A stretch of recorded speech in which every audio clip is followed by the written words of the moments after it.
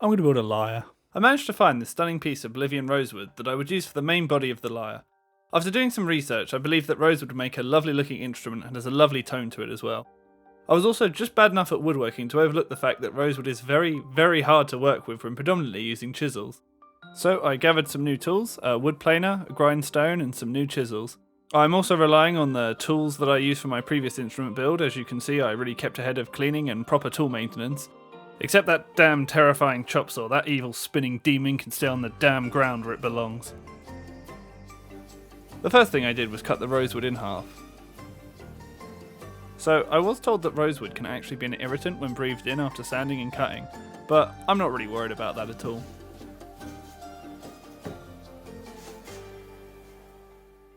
After cutting the rosewood board in half and swiftly introducing my cedar soundboard to the table, it was time to start thinking about an initial design for the lyre.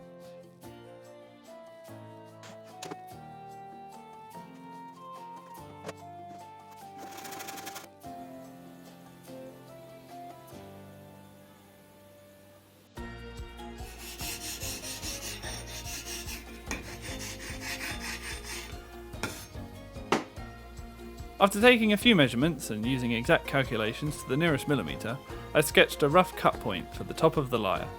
This was the first part of the instrument I decided to work on. I cut an initial small hole,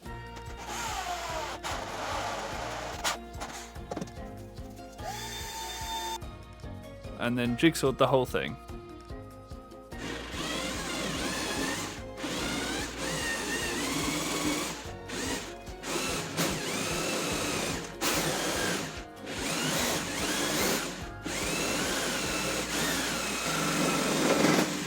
This required a lot of effort, and the workshop, or as my father likes to call it, his conservatory, gets a lot hotter than it did in the winter when I made my Tegel harper. Anyway, eventually I managed to cut the initial top part of the lyre. Next, it was time to think about chiselling out a sound hole. I wanted to keep this a single wood construction, or as much as possible, so I wanted to chisel out about 50mm into the rosewood, and then place a cedar wood soundboard over that. This was accomplished by using a router to get the rough initial design.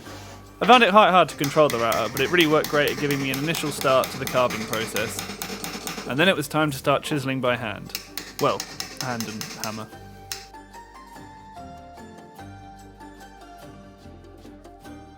This took a very, very, very long time chiselling.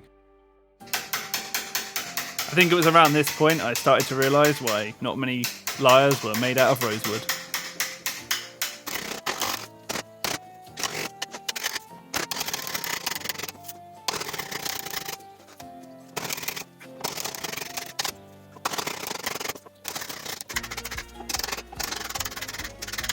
So after condensing a few days of chiselling into about 1 minute of video, I had a rough sound hole. It was then time to clean this up with sanding and filing.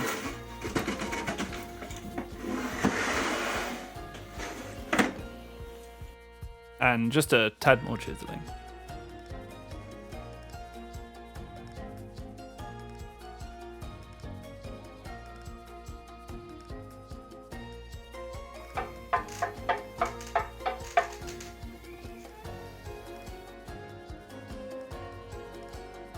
So after a few days of chiselling, I had a rough sound hole. It was time to file down all the sides and clean up the very rough cuts I had throughout the lyre. After this I sanded everything down and ended up with something looking like this.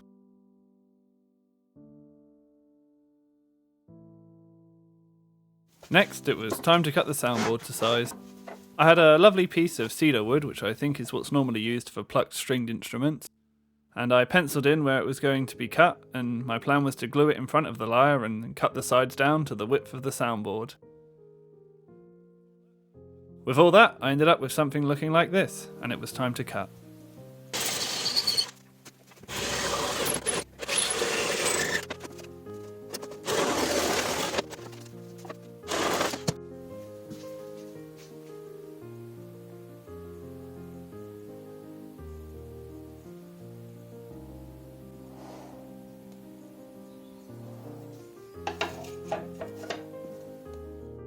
So with a final sand and clean up, it was time to glue the soundboard to the lyre. You'll notice my brother failing the one time I asked him to record, so please enjoy his finger in the corner of the screen. And here's me putting way too much glue on top of this cedar soundboard.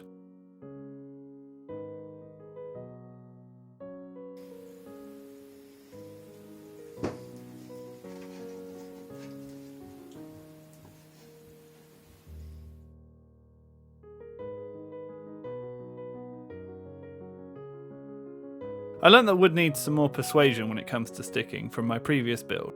So with the soundboard glued, it was time to cut the sides and the bottom of the lyre and add a curve to the corner as well. This was done with a handsaw and jigsaw mostly.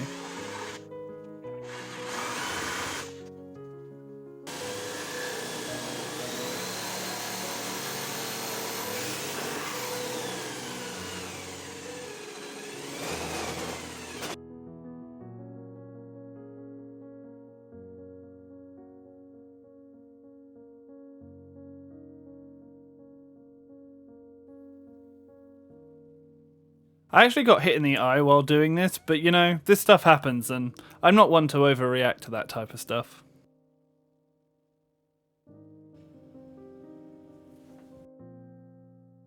So after cutting everything and sanding and filing everything down, I was starting to be happy with the rough shape of the lyre. I also may have used a little bit of wood filler. I had a fixed bridge to the bottom. This was just a piece of the side I cut off and that I reshaped slightly, and then I drilled 15 holes at the top about a finger width apart. I really like the idea of having a 2-octave lyre, as you don't tend to see them that much when it comes to most lyres like this. Next it was time to think about a sound hole. On my last instrument I had a circular sound hole. It's quite a nice traditional design, but I wanted to try out some other shapes on this one. So I went with a kind of triangle shield type thing. This was made by drilling some guiding holes on all the corners and then routing the soundboard out. All in all, I ended up with something that looked a bit like this. I then cleaned this up with sanding and filing down, and the lyre was almost ready to be strung.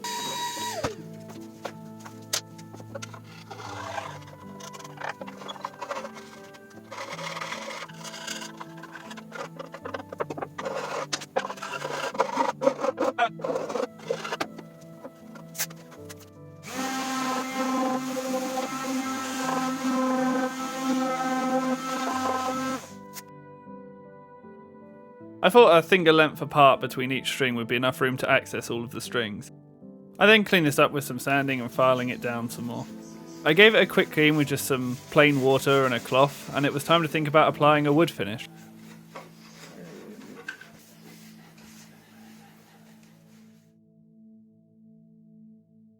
I made a lot of mistakes when it came to applying the finish on my last instrument, so I aimed to correct these. First of all, I applied a wood stain after applying an oil finish, which of course makes the stain and finish very blotchy.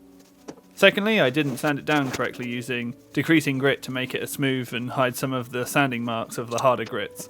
So the finish was rather on the rough side. Thirdly, I didn't really know much about boiled linseed oil, but it comes down to 3 different types. You have raw, which is natural oil but can take weeks to set on the wood.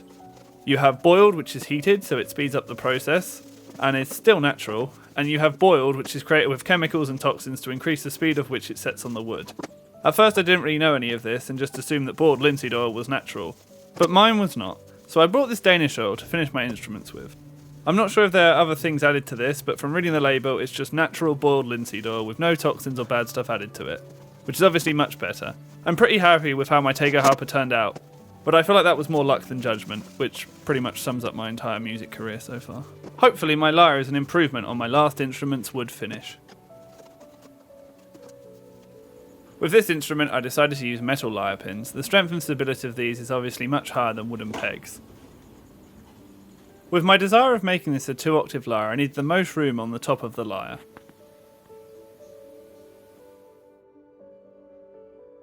I then screwed the 15 lyre pins to the top of the instrument. These pins also make tuning a lot easier, and with 15 strings, that's going to be good.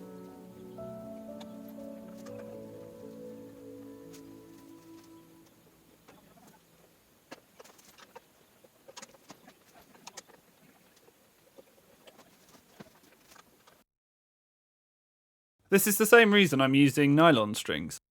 I looked at using silk for a more authentically ancient sound, but it was extremely hard to find the correct sizes, and nylon offered the best compromise between sound and accessibility. As a classical guitarist, I'm also very used to tying nylon strings on an instrument, so I decided to stick with what I knew. I also filed slight dents into the bridge for the nylon strings to sit on. There was a slight bit of guesswork in regards to the nylon string tensions, and I did end up snapping 2 strings and having to reorder them. But after a bit of experimentation, I think I found relatively good tension gauges on all 15 of the strings.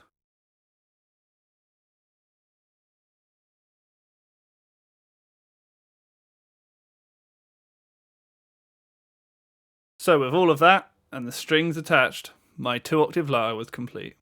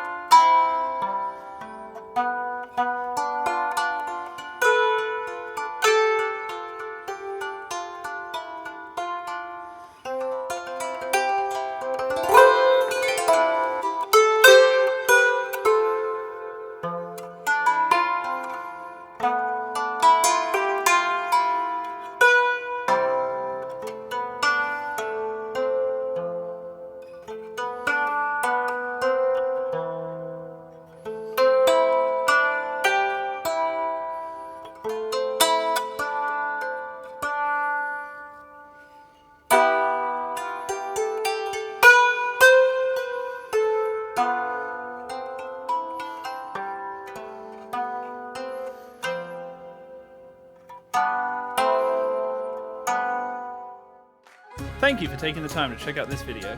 If you enjoy this content, please do consider subscribing. I have a few more instrument builds planned for the future after I've released some of my music projects later this year, and this includes a feature-length indie folk film score and album in collaboration with my friend Marcus Warner. After that, I'm also planning on releasing my latest fantasy orchestral album based on Norse mythology. So lots of music projects on the way. All the best everyone, thank you.